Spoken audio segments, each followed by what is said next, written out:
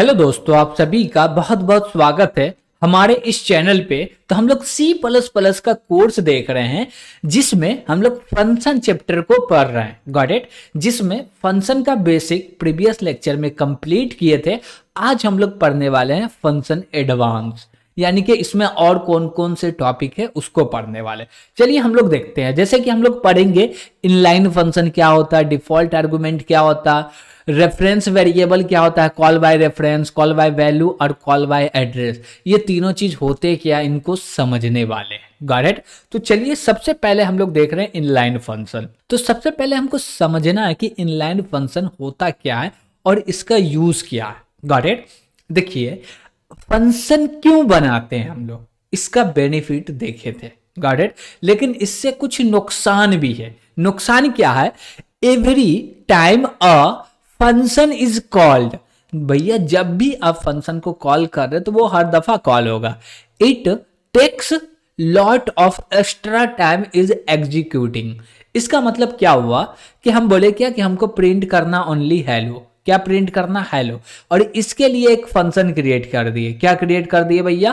Function. ठीक है, अब ये जो फंक्शन है इससे क्या हो रहा? प्रिंट हो रहा है हेलो, और ये मेमोरी ले रहा है एकदम न के बराबर में। मान लीजिए 1 KB लेता है, ठीक, इससे भी कम लेता है, लेकिन मान लीजिए कि 1 KB लेता है, कि ये फंक्शन रन होने में जो मेमोरी लगता है वो 1 KB लगता है। Got it?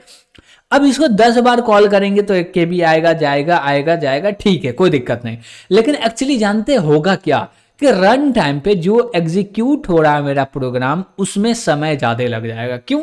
क्योंकि देखिए जो प्रोग्राम यानी कि जो भी आपका फंक्शन है उसका साइज, जब उसको रन कर रहे हैं उस फंक्शन को, तो वो मेमोरी जो है, जैसे हम बोल सकते हैं कि जो रैम मेमोरी होता है, तो प्रोग्राम को रैम मिलता है, तो उसमें जब फंक्शन लोड होता है तो मान लीजिए वो 1 GB का भी है। क्या है भैया? 1 GB का भी फंक्शन है, तो उसको कॉल होने में मान लीजिए कि 1 सेकेंड लग रहा है।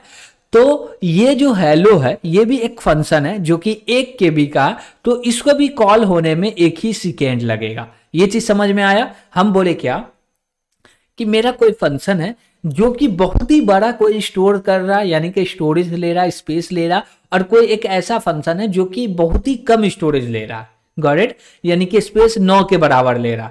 दोनों फंक्शन को जब हम लोग कॉल कर रहे हैं तो जो कॉल करने का समय है वो सेम ही लग रहा है, यानी कि 1 सेकेंड मान लिए तो 1 GB वाला फंक्शन को कॉल करने में भी 1 सेकेंड, और 1 KB वाले फंक्शन को भी कॉल करने में 1 ही सेकेंड लग रहा।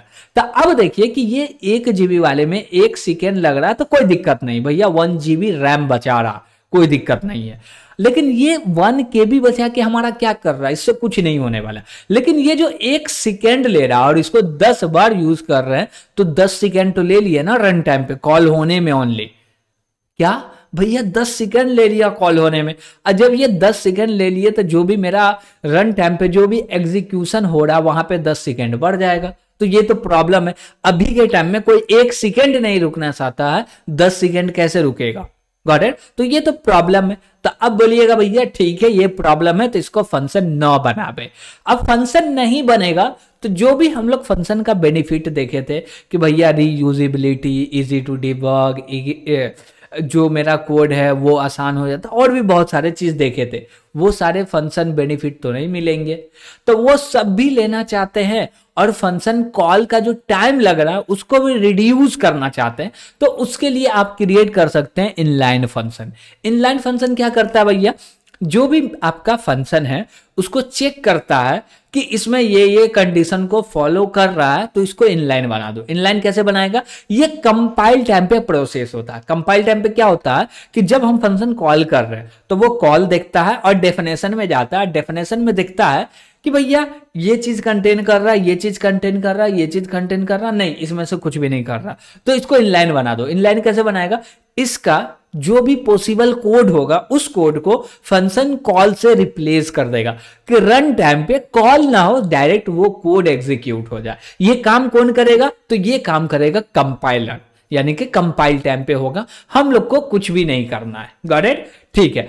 अब देखिए to eliminate the cost of call to small function C++ purpose a new feature called inline function. अब देखिए कि जब भी हम लोग कोई भी छोटा फंक्शन को कॉल करते हैं तो वो एक समय लेता है, जो कि बड़ा फंक्शन हो या छोटा फंक्शन सेम है।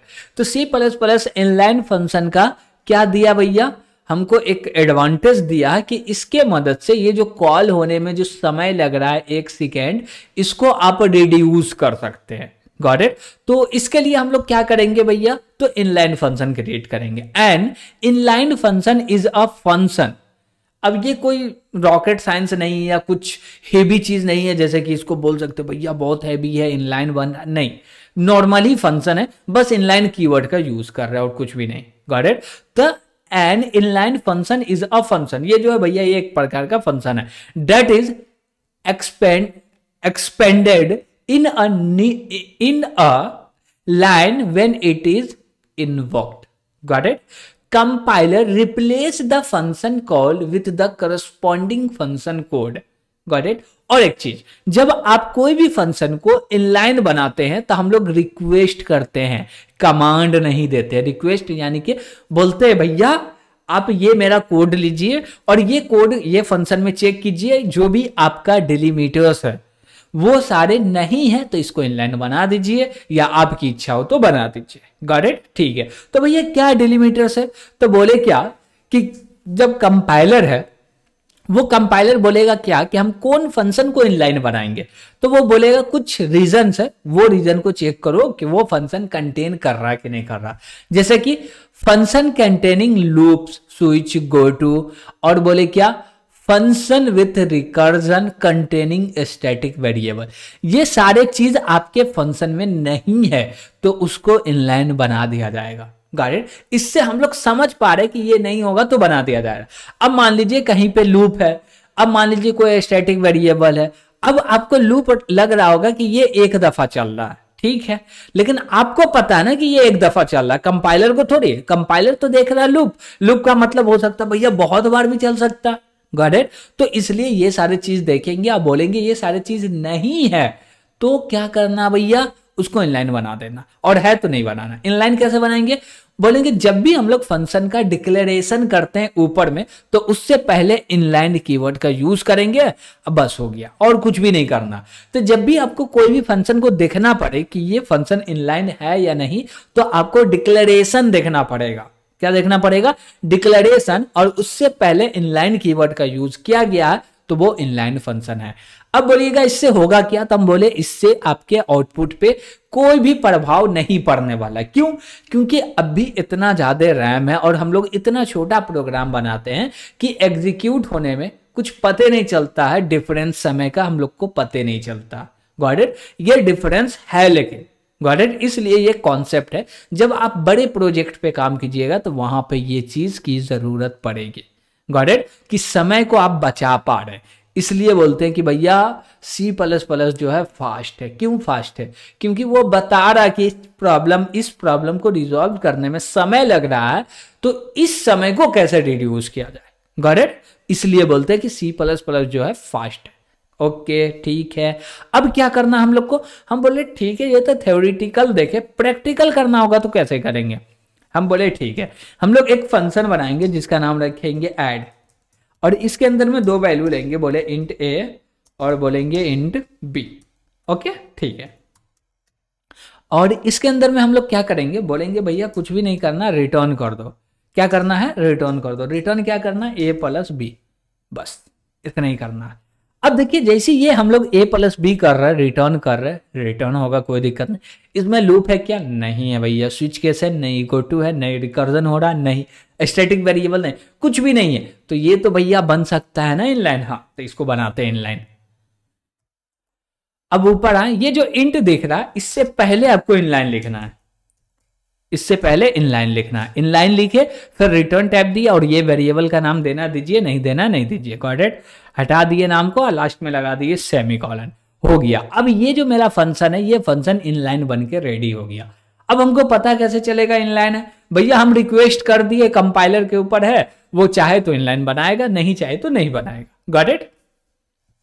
अब बोलते क्या कि इसको कॉल करते हैं, कैसे कॉल करेंगे, तो ऐड फंक्शन है तो बोलेंगे सी आउट, और यहां पे बोले क्या सम इज, और इसको प्रिंट कर दो। किसको भैया? ऐड फंक्शन को कॉल करो और ये जो भी रिटर्न करेगा, जैसे 40 कॉमा 50 पास किए, और ये जो भी रिटर्न करेगा उसको क्या करो? प्रिंट कर दो सम करके।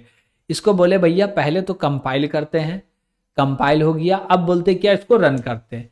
रन किए तो ये 90 हमको प्रिंट करके दे दिया, जो कि आप लोग यहाँ पे देख सकते हैं।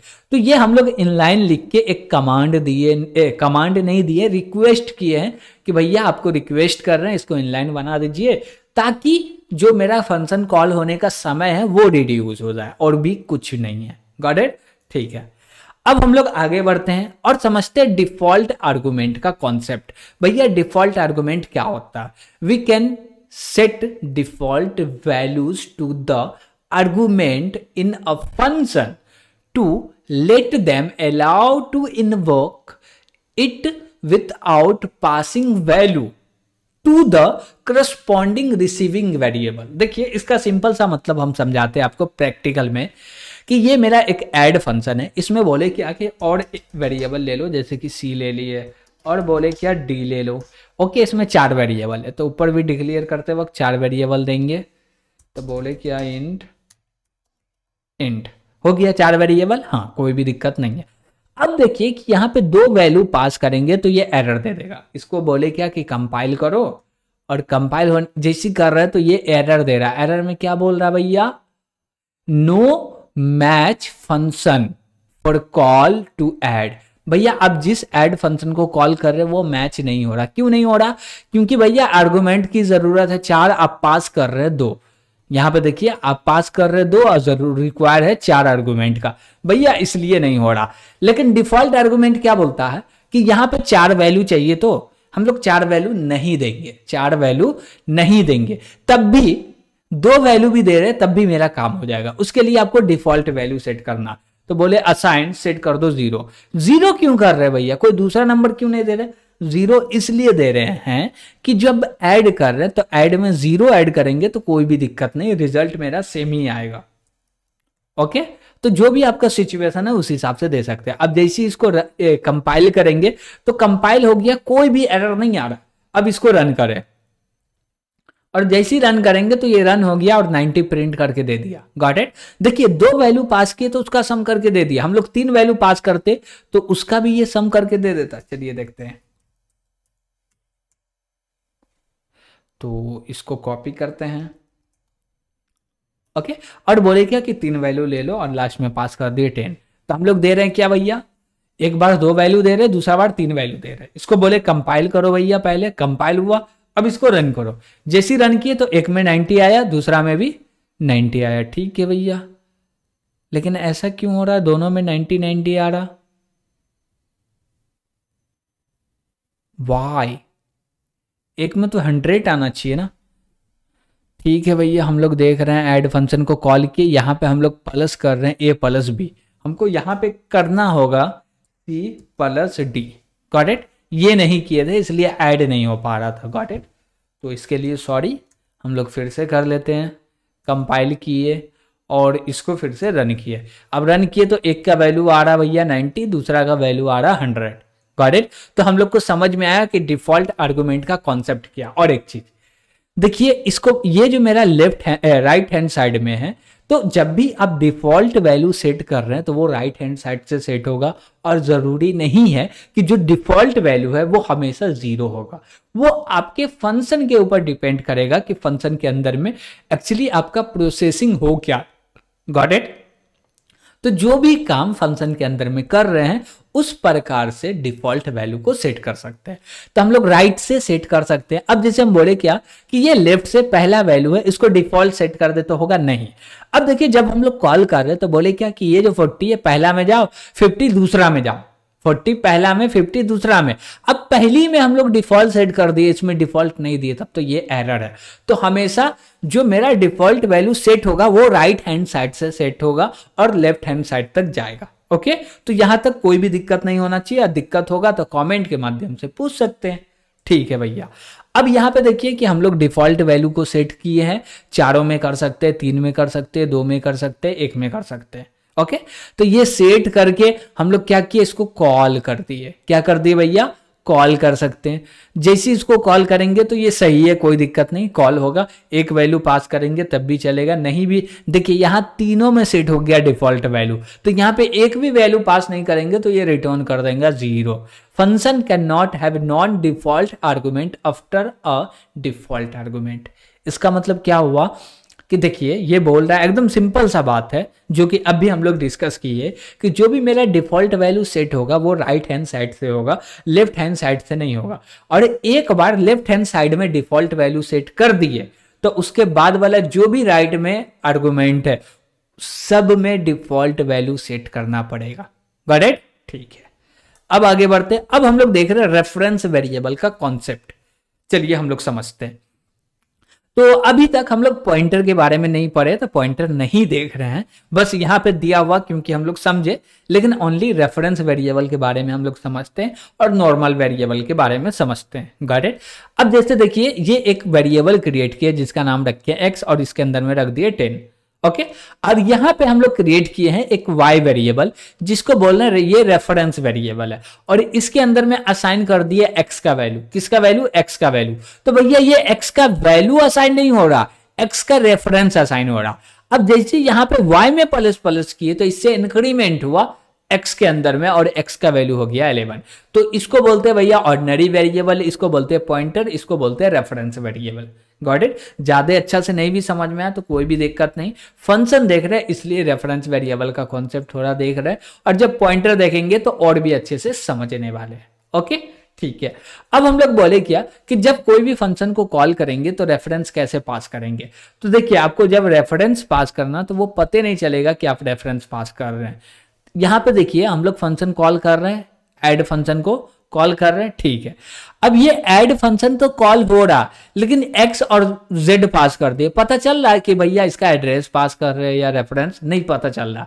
लेकिन जब फंक्शन डिक्लेरेशन और फंक्शन डेफिनेशन को देखिएगा तो समझ में आएगा कि नहीं भैया रेफरेंस वेरिएबल है, जो भी आ रहा है इसके अंदर में रेफरेंस आ रहा। Got it?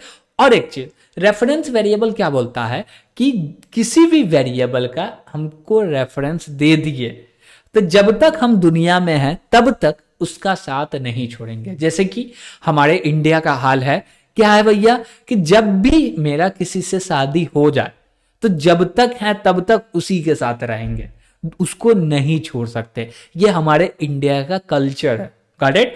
तो वही चीज यहां पे बोला जा रहा है रेफरेंस वेरिएबल में कि एक बार किसी के साथ रेफरेंस बना दिए तो वो वेरिएबल जब तक दुनिया में है तब तक उसका रेफरेंस दूसरे के साथ नहीं बन सकता। जैसे कि हम बोले क्या कि ये a वेरिएबल है, इसका रेफरेंस x वेरिएबल के साथ बना दिए तो हमेशा x ही वेरिएबल के साथ इसका रेफरेंस रहेगा। कब तक? जब तक कि ये वेरिएबल दुनिया में रहेगा। ओके, ठीक है। तो इसका प्रैक्टिकल करना हो तो यहाँ पे प्रैक्टिकल दिया हुआ देख सकते हैं, तब भी कोई दिक्कत है तो आप करके देखिएगा, और भी दिक्कत है तो कमेंट के माध्यम से पूछ भी सकते हैं। हम बोले क्या एक वेरिएबल है x और एक वेरिएबल है z, एक के अंदर रखे 10 दूसरा के अंदर रखे 20, और बोले क्या ऐड के अंदर पास कर दिए और प्रिंट कर रहा है x का और z का वैल्यू। ओके, और ये जो मेरा ऐड है ये कर क्या रहा? ऐड कुछ भी नहीं कर रहा, ये बोल रहा है क्या कि a और b वेरिएबल है, इसमें चेंजेस करो। a के अंदर में रखा हुआ था x के अंदर में रखा हुआ था कितना 10, यहां पे बोले 50 रख दो। z के अंदर क्या रखा हुआ था 20, यहां बोले 100 रख दो। अब जैसी ये लाइन चल जाएगा, कौन लाइन भैया? ये लाइन चल गया, उसके बाद x और z के वैल्यू को प्रिंट करेंगे तो प्रिंट होगा भैया 50 और 100। Got it? ऐसा क्यों हो रहा? देखिए जब तक अपना एक्सेस किसी को नहीं देंगे तब तक, क्या बोल रहे हैं, जब तक अपना एक्सेस किसी को नहीं दिए तब तक वो हमको एक्सेस नहीं कर पाएगा। जैसे कि हम बोले क्या कि आप को चाहते हैं क्या कि आप मेरे लैपटॉप को एक्सेस कर दो, तो इसके लिए आपको लैपटॉप ऑन करके हम देंगे तभी आप यूज कर पाइएगा, और ऑन करके नहीं दे रहा तो आप यूज नहीं कर पाइएगा, यानी कि पासवर्ड नहीं दिए तो आप यूज नहीं कर पाइएगा। ठीक है, उसी प्रकार से बोले कि यहाँ पे बना हुआ है ये जो x और z, इसको बोलते हैं लोकल वेरिएबल। क्यों? क्योंकि ब्लॉक के अंदर बना हुआ, और इसको बाहर, इस ब्लॉक के बाहर में कोई जानता ही नहीं है कि ये x है और ये z है। Got it? जब ये बाहर जा रहा था इसका रेफरेंस लेके गए और दूसरे दुनिया से पहचान रहे कि भैया ये x है और ये z है, उसमें चेंजेस करना हो ये दुनिया से तो हम लोग कर पा रहे रेफरेंस वेरिएबल के मदद से। Got it? ठीक है। उसके बाद हम लोग देख रहे हैं कॉल बाय वैल्यू, तो सिंपल है भैया, कॉल बाय वैल्यू जो अभी तक करते आए हैं। और इसके बाद है कॉल बाय एड्रेस, तो हम लोग कॉल बाय एड्रेस नहीं देख रहे हैं क्योंकि अभी पॉइंटर पढ़े नहीं है, जब पढ़ेंगे तब देखेंगे। Got it? तो यहां तक आपको कोई भी दिक्कत नहीं होना चाहिए, और कोई भी दिक्कत है तो कमेंट के माध्यम से पूछ सकते हैं। वीडियो पसंद आया होगा तो लाइक भी कीजिएगा, और अभी तक इस चैनल को सब्सक्राइब नहीं किए हैं तो सब्सक्राइब जरूर कीजिएगा। आज के लिए इतना ही, थैंक यू।